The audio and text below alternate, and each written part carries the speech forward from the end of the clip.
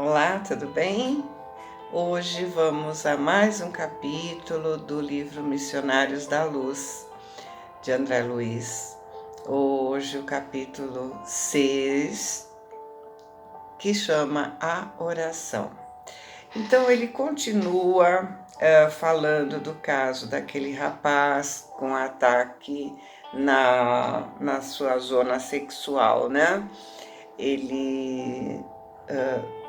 Eles estavam seguindo os três, né? Ele, a mãe e a irmã, e agora ele vai continuar a seguir o rapaz até em casa.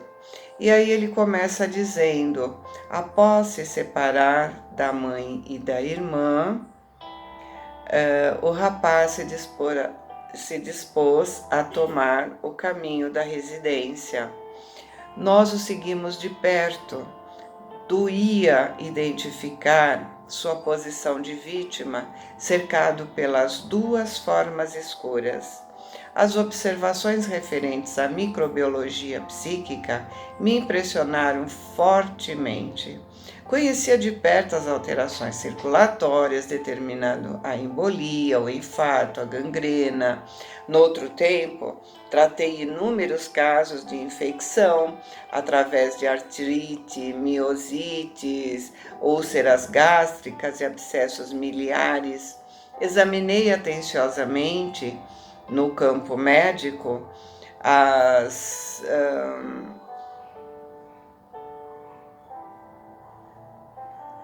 manifestações do câncer, dos tumores malignos, em complicados processos patológicos.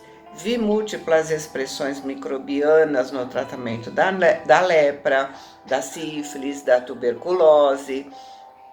Muitas vezes, na qualidade de defensor da vida, permaneci longos dias em duelo com a morte, sentindo a inutilidade da minha técnica profissional no ataque aos vírus estranhos, né? Que apressavam a destruição orgânica, zombando dos meus esforços. Na qualidade de médico, na maioria dos casos, quando podia contar ainda com a prodigiosa intervenção da natureza, mantinha a presunção de conhecer variadas normas de combate em diversas direções.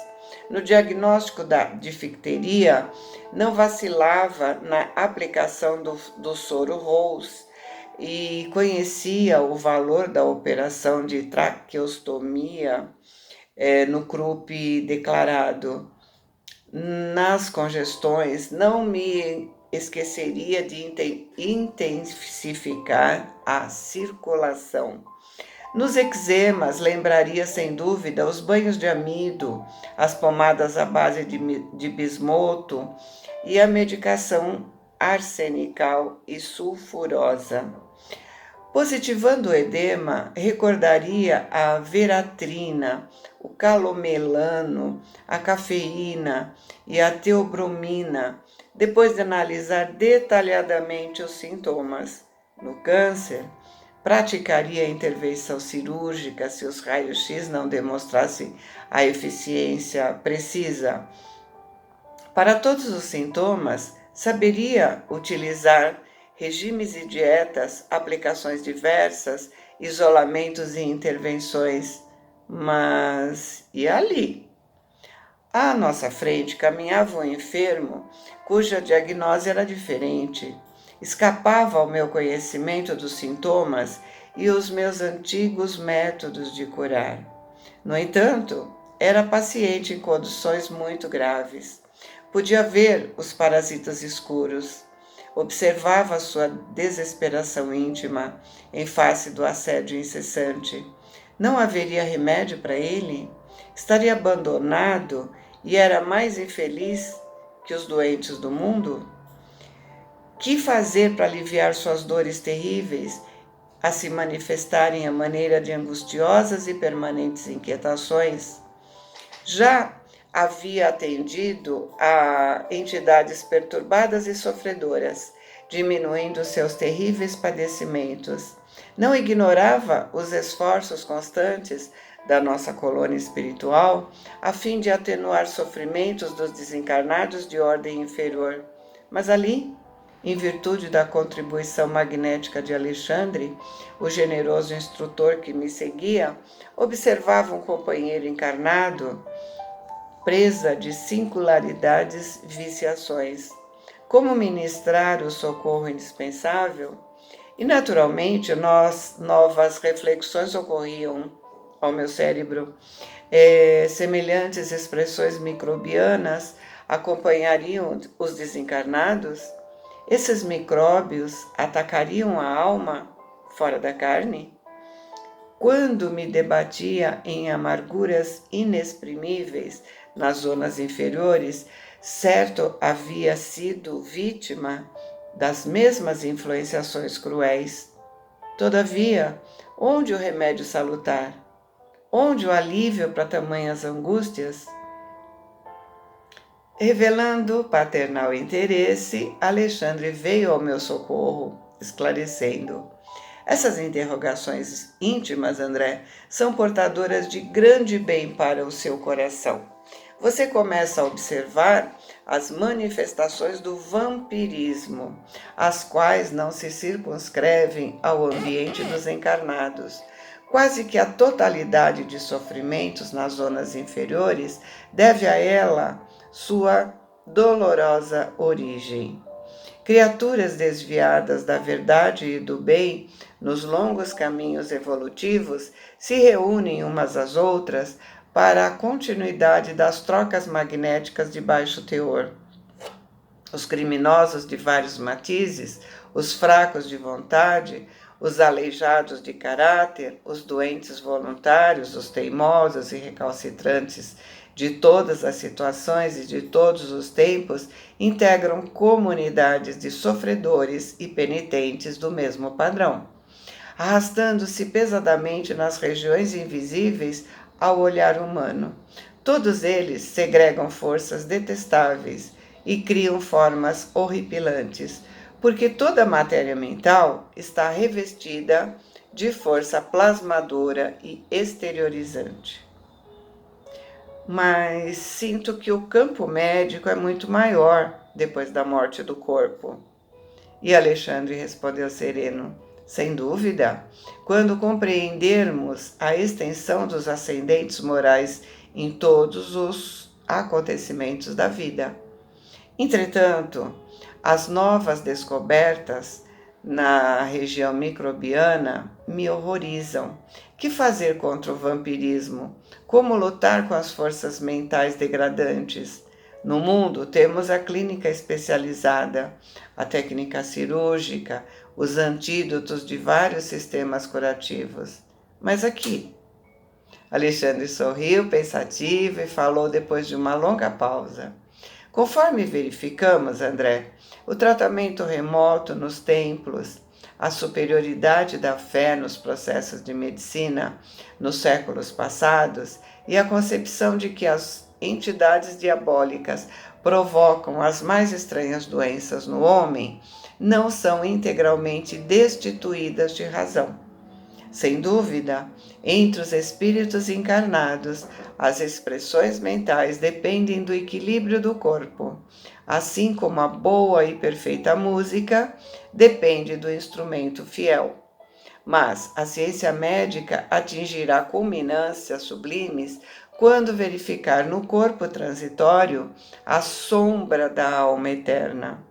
Cada célula física é instrumento de determinada vibração mental. Todos somos herdeiros do Pai, que cria, conserva, aperfeiçoa, transforma ou destrói. E diariamente, com o nosso potencial gerador de energias latentes, estamos criando, renovando, aprimorando ou destruindo alguma coisa. Justifica a surpresa dos seus raciocínios diante da paisagem nova que se desdobra à sua vista. A luta do aperfeiçoamento é vastíssima. Quanto ao combate sistemático ao vampirismo, nas últimas moléstias da alma, aqui também, no plano das nossas atividades, não faltam processos saneadores e curativos de natureza exterior. No entanto, examinando o assunto na essência, somos forçados a reconhecer que cada filho de Deus deve ser médico de si mesmo. E até a plena aceitação dessa verdade, com as aplicações dos princípios, a criatura será sujeita a incessantes desequilíbrios. Ou seja, estamos num processo constante de nos envenenar ou nos curar a todo instante da nossa existência. Tudo depende do que nós pensamos. Porque, como vimos lá no capítulo 2, a epífise, como uma glândula mental que abastece todas as formas de vida do nosso corpo, né? Então, se nós pensamos negativamente, se temos comportamentos mentais desregrados, viciados no mal, estaremos abastecendo todo o nosso organismo de coisas ruins. E levamos isso para o plano espiritual. Alexandre fala que quando o corpo morre, os espíritos continuam com as mesmas doenças, ou seja, eles levam as bactérias, e que os espíritos se unem por afinidade nessa troca negativa e passam a viver em ambientes inferiores, em zonas inferiores na área em torno da Terra, onde eles estão afinizados e trocando essas experiências. E aí, né, o André continua dizendo, né, que entendendo a minha estranheza, Alexandre indicou o rapaz que estava entrando no lar depois de pequeno percurso a pé e falou: há diversos processos de medicação espiritual contra o vampirismo, os quais poderemos desenvolver em diversas direções, mas para fornecer a você uma demonstração prática, vamos visitar o lar desse nosso amigo. Você conhecerá o mais poderoso antídoto. Curioso, observei que agora as entidades infelizes se mostravam terrivelmente contrafeitas. Alguma coisa as impedia de acompanhar a vítima ao interior da casa. Naturalmente, você já sabe que a prece traça fronteiras vibratórias. Sim, já observara experiências dessa ordem. Aqui, ele disse, reside uma irmã que tem a felicidade de cultivar a oração fervorosa e reta. O rapaz não era boa coisa, mas era casado com uma pessoa do bem. Entramos. E quando o amigo encarnado se preparava para se recolher, né? O Alexandre me explicava o motivo da sublime paz reinante entre as paredes humildes. E Alexandre disse: o lar não é somente a moradia dos corpos, mas, acima de tudo, a residência das almas. O santuário doméstico, que encontre criaturas amantes da oração e dos sentimentos elevados, se converte em campo sublime das mais belas florações e colheitas espirituais. Nosso amigo não se equilibrou ainda nas bases legítimas da vida, depois de extremas vacilações e levianas experiências da primeira mocidade. No entanto, sua companheira, mulher jovem e cristã, garante a casa tranquila com a sua presença, pela abundante e permanente emissão de forças purificadoras e luminosas de que o seu espírito se nutre. Achava-me eminentemente surpreendido. De fato, a tranquilidade interior era grande e confortadora. Em cada ângulo das paredes, em cada objeto isolado, havia vibrações de paz inalterável. O rapaz agora penetrava o aposento modesto, naturalmente disposto ao descanso noturno. Alexandre pegou minha mão paternalmente, encaminhou-se até a porta, que se fechara sem ruído, e bateu de leve, como se estivéssemos em um santuário que não deveríamos penetrar sem religioso respeito. Uma senhora muito jovem, em quem percebi imediatamente a esposa do nosso companheiro, desligada do corpo físico, em momentos de sono, veio atender e saudou o instrutor afetuosamente. Após cumprimentar-me, graças à apresentação de Alexandre, exclamou jovial: agradeço a Deus a possibilidade de orarmos juntos. Entrem. Desejo transformar nossa casa num templo vivo de Nosso Senhor. Ingressamos no aposento íntimo e, de minha parte, mal continha a surpresa da situação. Nesse mesmo instante, o rapaz se punha entre os lençóis, com evidente cuidado para não despertar a esposa adormecida. Contemplei o quadro formoso e santificante.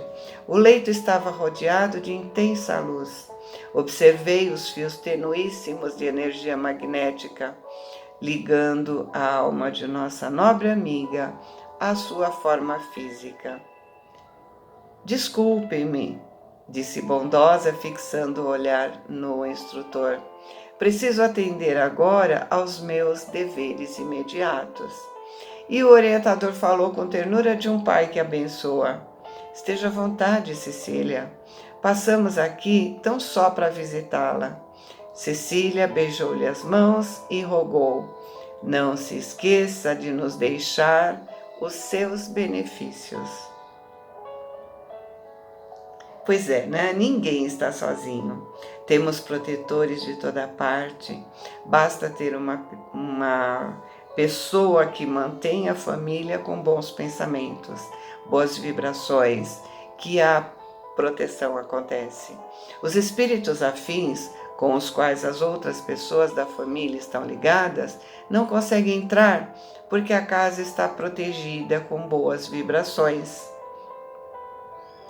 Se não tivesse alguém com boas vibrações, com certeza aqueles espíritos que ficaram bravinhos, né, por não conseguirem entrar na casa, teriam entrado na casa e a casa seria aquela casa de discussões, de péssimas energias, né?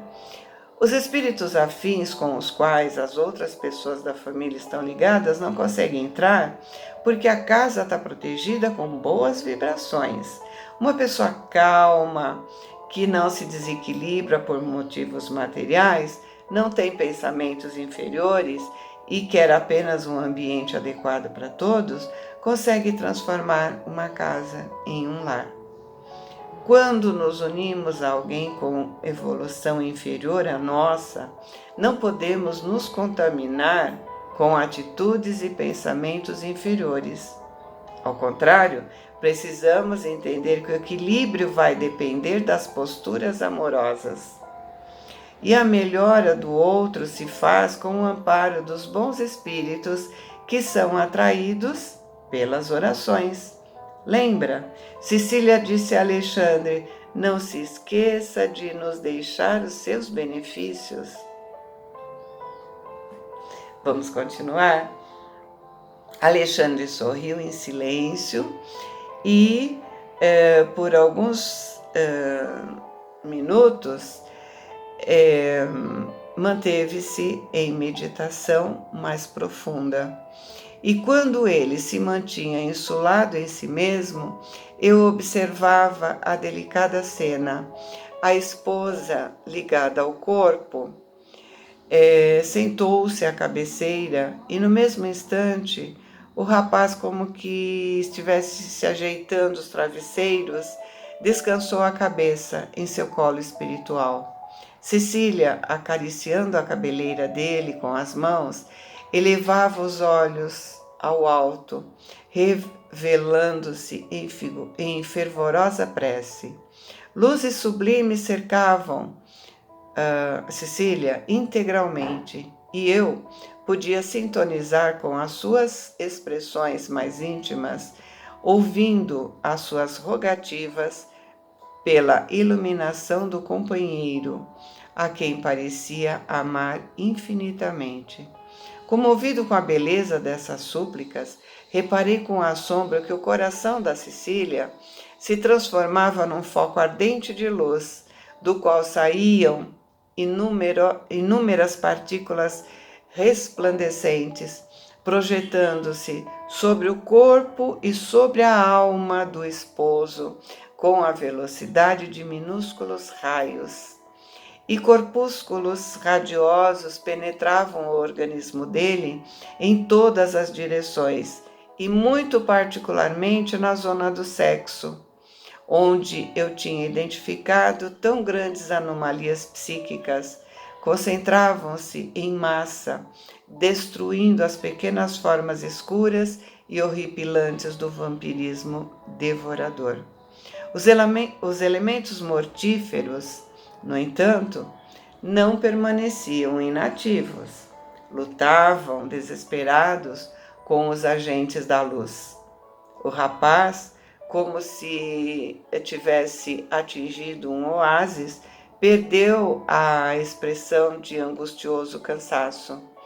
Demonstrava-se calmo e gradativamente cada vez mais forte e feliz no momento que estava vivendo.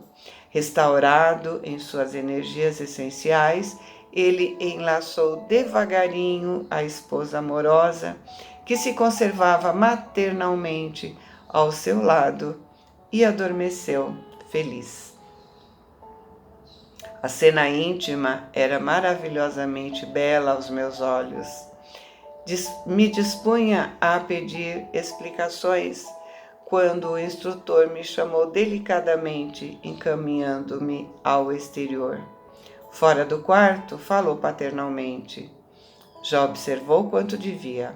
Agora poderá extrair as próprias conclusões. Sim, estou assombrado com o que vi, mas gostaria de ouvir as suas considerações esclarecedoras. Não tinha dúvida, a oração é o mais eficiente antídoto do vampirismo. A prece não é movimento mecânico de lábios, nem disco de fácil repetição no aparelho da mente. É vibração, energia, poder. A criatura que ora, mobilizando as próprias forças, realiza trabalhos de inexprimível significação. Semelhante estado psíquico descortina forças ignoradas, revela a nossa origem divina e nos coloca em contato com as fontes superiores. Dentro dessa realização, o espírito, em qualquer forma, pode emitir raios de espantoso poder. Após breve intervalo, Alexandre considerou, imprimindo mais força ao pensamento. E você não pode ignorar que as próprias formas inferiores da Terra se alimentam quase que integralmente de raios. Descem sobre a nossa fronte humana, em cada minuto, bilhões de raios cósmicos, vindos das estrelas e planetas amplamente distanciados da Terra, sem nos referirmos aos raios solares, caloríficos e luminosos, que a ciência terrestre mal começa a conhecer. Os raios gama, provenientes do rádium, que se desintegra incessantemente no solo, e os de várias expressões emitidas pela água e pelos metais, alcançam os habitantes da Terra pelos pés, determinando consideráveis influenciações. E em sentido horizontal, o homem experimenta a atuação dos raios magnéticos exteriorizados pelos vegetais, pelos irracionais e pelos próprios semelhantes. Forte isso, né? Cada vez que você pensa em alguém com carinho, você emite raios de luz e de amor. Cada vez que você pensa em alguém com raiva, ressentimento, você emite dardos explosivos que vão destruir e que vão aumentar o antagonismo. Sabendo disso, mesmo aquelas pessoas que feriram a nossa emoção devem receber de nós orações amorosas e ao longo do tempo vamos verificar que aquelas pessoas modificaram o seu comportamento. A admiração me calou, mas o orientador prosseguiu.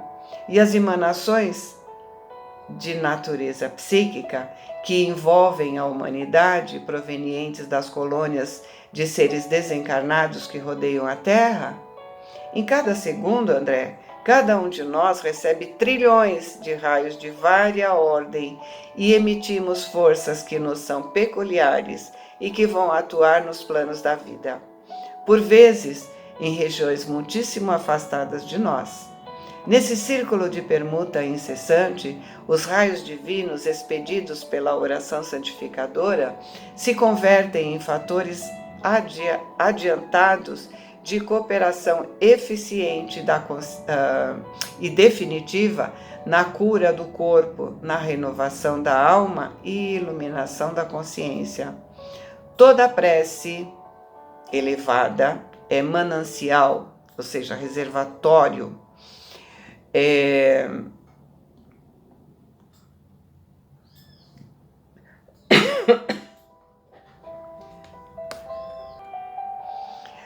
reservatório de magnetismo criador e vivificante. E toda criatura que cultiva a oração com o devido equilíbrio de sentimento se transforma gradativamente em foco irradiante de energias da divindade. Ou seja, somos focos irradiantes e Deus se manifesta em nós. As explicações do instrutor me calaram profundamente no ser, desejando certificar-me quanto a outro pormenor da sublime experiência. Eu perguntei: bastará o recurso da esposa para que o nosso doente restaure o equilíbrio psíquico? Alexandre sorriu e respondeu: o socorro de Cecília é valioso para o companheiro, mas o potencial de emissão divina pertence a ela, como fruto incorruptível de seus esforços individuais. Para o marido, significa o acréscimo de misericórdia, que deverá anexar, em definitivo, ao patrimônio de sua personalidade, através do próprio trabalho. Receber o auxílio do bem não quer dizer que o beneficiado seja bom. Nosso amigo precisa se devotar com fervor ao aproveitamento das bênçãos que recebe, porque, inegavelmente, toda cooperação exterior pode ser interrompida e cada filho de Deus é herdeiro das possibilidades sublimes e deve funcionar como médico vigilante de si mesmo. Então, novamente, ele diz isso, né? Somos médicos de nós mesmos, ou seja, só nós podemos nos curar. Então, precisamos deixar de precisar de passes, de hóstia, seja lá do que for. Precisamos não dar trabalho para os amigos espirituais e agir por nós. Precisamos deixar de fixar pensamentos inferiores. O rapaz se beneficia da energia da esposa, mas precisa aprender a se beneficiar. A doença está na alma. Toda a matéria mental está revestida de força plasmadora e exteriorizante. O que eu penso de alguém chega até esse alguém. As células se alimentam da matéria mental que emitimos. O lar não é somente a moradia dos corpos, é santuário das almas. Lembra que ele falou lá no começo do capítulo? Evangelho no lar e orações em geral são fundamentais para equilibrar a família. Carinho gera carinho. A oração é o maior antídoto para o vampirismo. Boa semana, fiquem com Deus, amo vocês.